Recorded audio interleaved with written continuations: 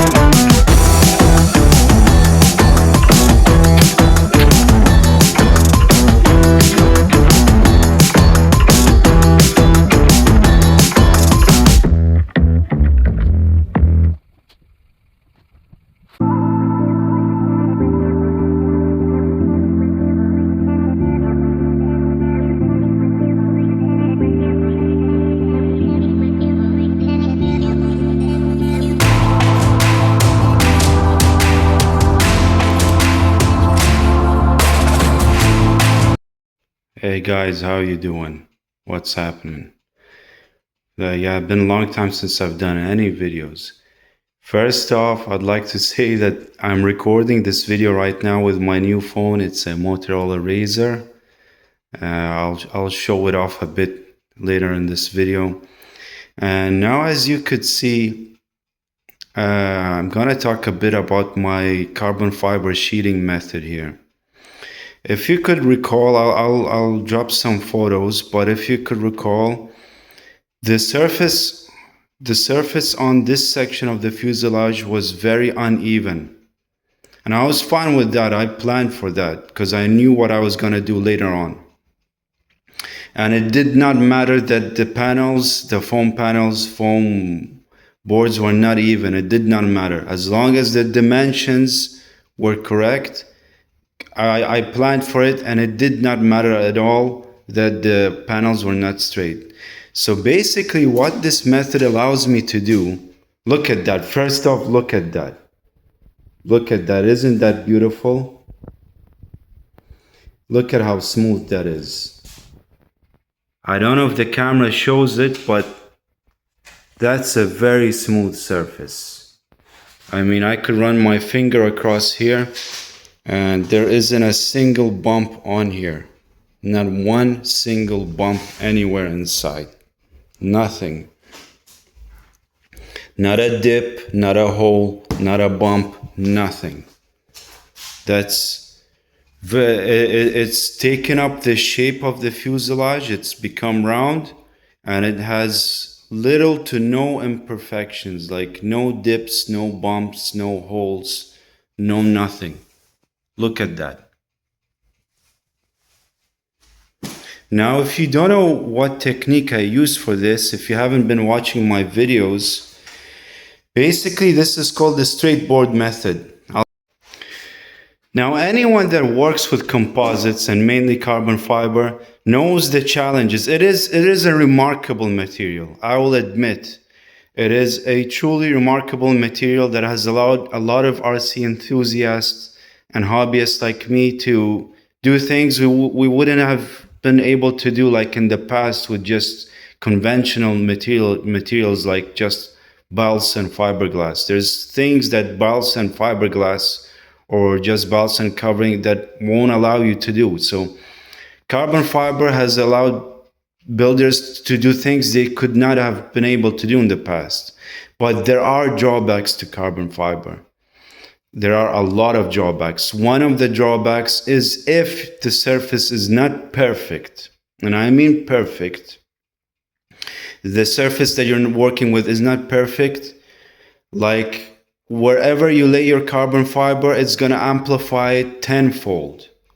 Anyone that works with carbon fiber knows this. Like, if your surface is not perfect, you're going to have issues. Like, and to the naked eye, even to the best of builders, the surface might look good, but until you lay your carbon fiber down, you won't actually know. And then you come to find out that you've actually got issues with your material. And what happens later is you've got to fill those imperfections. You've got to fill it like with fillers such as Bondo filler, Evercoat filler, and it's a hassle. There's a lot of sanding later involved and a lot of work just to knock down that filler and to get it shaped right. And it adds a lot of weight too. So anyone that's worked with the body fillers knows that it adds up a lot of weight. Especially on big surface areas like this, it adds up a lot of weight. So you want to really, like, I won't lie, like, if you've got a perfect mold, then that's the absolute best way you could build a plane. But not everyone has access to molds, like fuse plugs, molds. Like, not everybody, especially this size, like, you've got to have a lot of expensive equipment just to make the mold for something this size. So not a lot of people have access to molds. So if you don't have a mold, the conventional method is use foam, balsa, or just foam and create, like you could 3D print the surface that you're gonna be working with. And again, even a 3D printer is not gonna achieve a perfect surface. It's not possible. It will not give you a perfect surface. In the end, when you apply your carbon fiber, you're gonna be left with a lot of dips, a lot of holes, a lot of, ups and downs that you're gonna have to fill in later on. So, and if you want to go the conventional method, which is use balsa, you're gonna need a lot of patience, because balsa on a big surface area is gonna take a lot of work and a lot of sanding and a lot of filling and sanding and filling again until you achieve the desired result. And still it's not going to be perfection again, unless you got fuse plugs and perfect molds. Even balsa will not get you there. So this is the quickest way to get there. This is the absolute quickest way to get there. And at this point, this isn't an experiment to me anymore. Like I know the ins and outs of using this method. I've used it on the front section of this fuselage, and I've achieved paintable surface. I've achieved a paintable surface. So I know the ins and outs and the hacks, if you will, to using this method. So to anyone that hasn't been watching my videos, and my videos where I detail this method called the straight board method, basically what you do is you get a really big board. Like you could get a wood. Home Depot sometimes sells big glossy, big wooden boards, MDF boards, that are glossy on one side and wooden on the other side. Sometimes, not always. Hold on one second. Now, one thing I did not mention is that now Home Depot might not have a board that's glossy on one side, and that's perfectly fine. What I did here is I got a big MDF board. You could get an MDF board. You want the area to be as smooth as you can, the wood as smooth as you can. So what you get is you get a big MDF board, you get vinyl covering, and you cover it. I had difficulty covering it with vinyl because it kept sticking, and so I covered half of it with vinyl covering and half of it was with RC plain covering, heat applied covering. So that's what I did. So you want something to seal the wood so that the epoxy doesn't run into it. So once that's sealed, then you're good to go. Hey guys, how you doing? So I'm basically gonna break down the straight board method. So if you've all got your board ready, as I've just explained in the video, so what you want to do next is you want to get your release agent.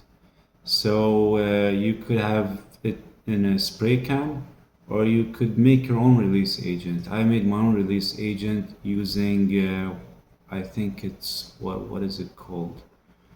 Mineral no, it wasn't mineral. Yeah, I think it's called mineral spirits and Vaseline. So if you could look up some videos online on how to make that.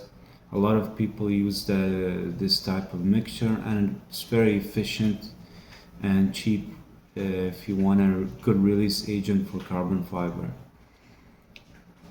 Now once you got your release agent and your board ready, what you want to do is you apply your release agent to the board, and then you get your carbon fiber and you apply it on top of the board. You mix up your epoxy, you get your epoxy and you brush it over your carbon fiber, and then you get your fiberglass. Now again, once you brush on your carbon fiber, you want to make sure that your carbon fiber is as straight as possible and as glued down to the board as possible. You don't want any bumps. You want it as smooth as possible. I'm not gonna lie, It's not easy. You gotta know what you're doing, because some of the bumps can be deceptive. Sometimes it's just like, it's just epoxy sticking, not the composite itself. So you gotta actually know what you're doing, but it's still not that hard to do. Like, if I've done it, you could do it too. So once you lay down your carbon fiber and epoxy and flatten it out as much as you can, then you get your fiberglass cloth and apply it on top, and again apply some epoxy and straighten it all out and flatten it all out. Once it's as straight and as flat as you can get it to be, and you cannot get it to be 100% straight and flat, because sometimes you'll see bumps and that's just the excess epoxy sticking. It doesn't matter, as long as you get it in the ballpark. I promise you, once it's dry and you flip it over, the other side is gonna be glass smooth. So once it's dry and you've taken it off the board and hopefully releases. Now, one thing I want to say is you want to add your release agent sparingly. You want to get as much release agent, so you want to get a nice good release. Okay? And so once it releases, you turn it over and you get the rough side to the surface that you want to glue it onto. So the smooth side sticks out and rough side sticks onto the surface that you want to, like foam or whatever, balsa you want to, foam or balsa or any other surface that you want to glue it onto. So you glue it on using hot glue. Okay? And you continue, like once you make another piece, you glue the top edges to the top edges of your older piece. Okay, so you don't want to glue the whole underside to the surface that you're gluing. You just want to glue the top edges, not even the side edges, but just the top edges.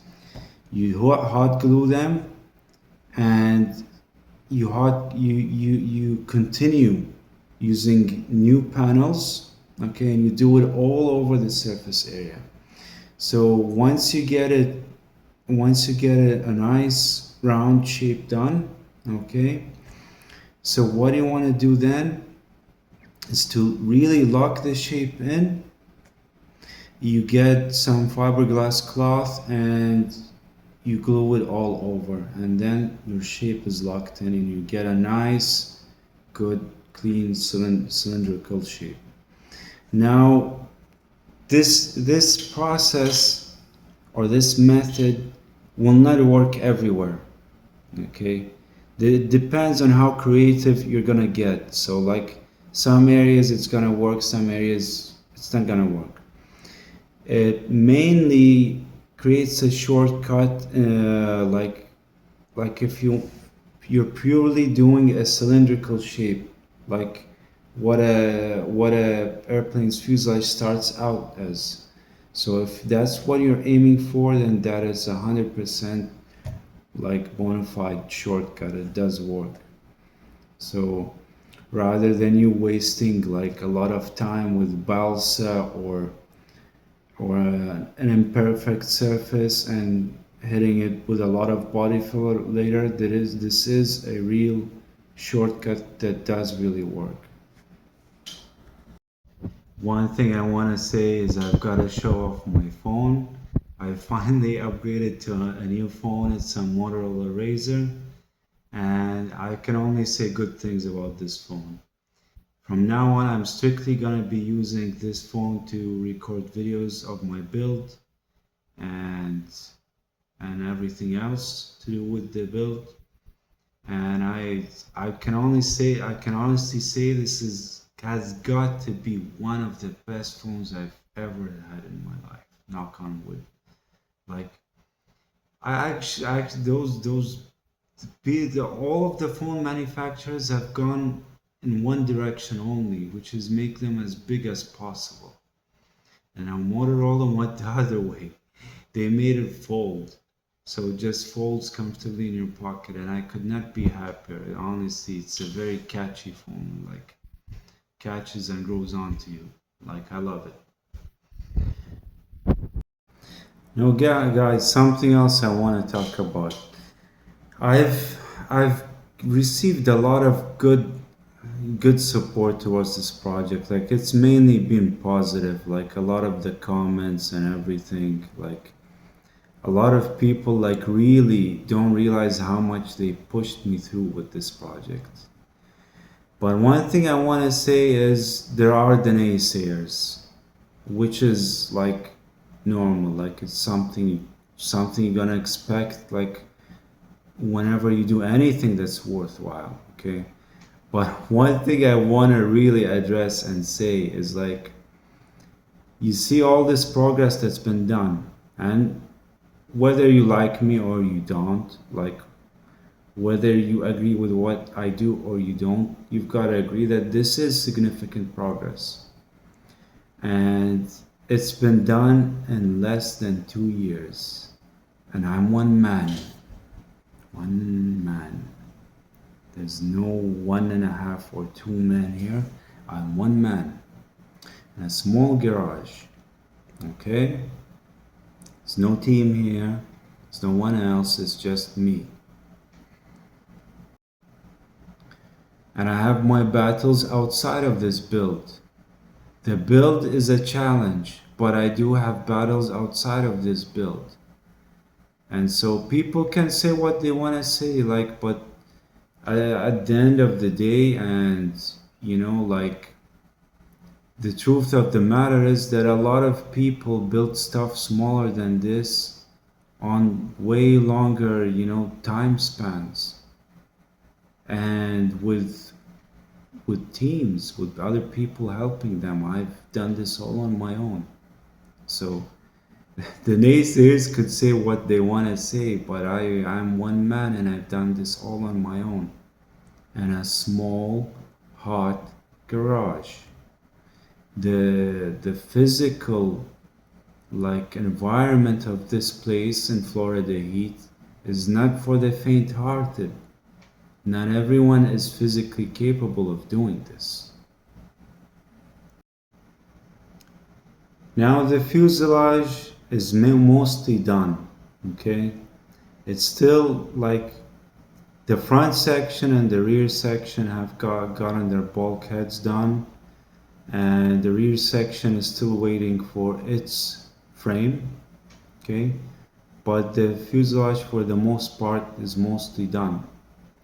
Now we could move on to the wings and stabilizers. And I got my own method of doing the wings and stabilizers. I can't really get into a lot of detail at the moment on this, but I will be releasing and dropping more videos.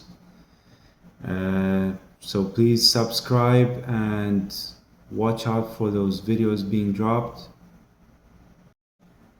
Guys, thank you for watching this video. Please like, subscribe, share, and comment. I promise plenty of more videos coming. So stay tuned, and hopefully I'll make it more interesting for you guys. Plenty more action coming. If you got any questions, like if you got a project of your own and you want to use one of my methods, please don't hesitate to ask. You can contact me and I'll be more than willing to help out with anything. Like, one thing I want to say is, like, we're all in this together. Like, whoever builds, like if I build, if someone else builds, like, what does it matter? At the end of the day, like, we're all in this together. We're all building something interesting, and we should come together and share our ideas and, like, grow together, if you will. That's the only way to go about things in this day and age. So if you got questions, I'm more than willing to help. If you got questions about my methods, I'm also willing to help. So please don't hesitate to reach out. If you got any comments, please drop comments. Again, thank you for watching my videos. I'm really grateful. Thank you.